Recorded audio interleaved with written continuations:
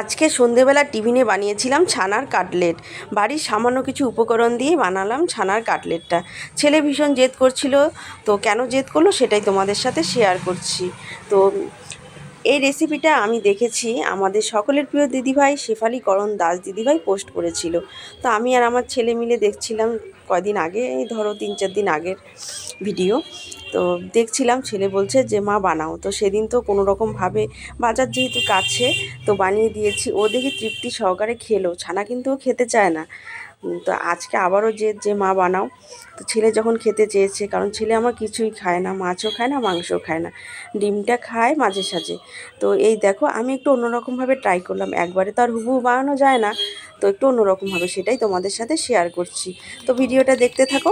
তো দেখতেই পারছো তোমরা যে আমি ছানা নিয়েছি, সেখানে পেঁয়াজ কুচি, টমেটো কুচি, লঙ্কা কুচি, যেহেতু ছেলে ঝাল খায় 3টে লঙ্কা দিয়েছি, আর লবণ দিয়েছি পরিমাণ মতো, আর সামান্য পরিমাণ চিনি দিয়েছি। তাহলে ঝাল হবে, মিষ্টি মিষ্টি হবে, ঝাল হবে, খেতে ভালো টেস্ট হবে। আর বিস্কুটের গুঁড়ো মেখে দিয়েছি যাতে একটু মুচমুচে হয়। আর এখানে ডিম ফাটিয়ে দিয়েছি, ডিম ফাটিয়ে নিয়ে সেখানেও লবণ দিয়েছি সামান্য পরিমাণ দিয়ে। আর এই দেখো, ডিমের মধ্যে ডুবিয়ে এগুলো সব ভেজে নিচ্ছি। ডিমের মধ্যে ডোবানোর পর যদি আরও বিস্কুটের গুঁড়ো দেওয়া যেত না, আরও মুচমুচে হতো। তো আর ছিল না, ওইভাবেই বানিয়ে দিলাম।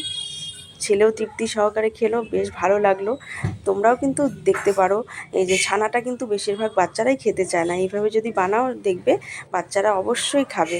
তা আমি তো শেফালি দিদিভাইয়ের ওই রেসিপিটা দেখে সত্যি বানালাম, সত্যি ভীষণই ভালো লাগলো। অসংখ্য ধন্যবাদ দিদিভাই।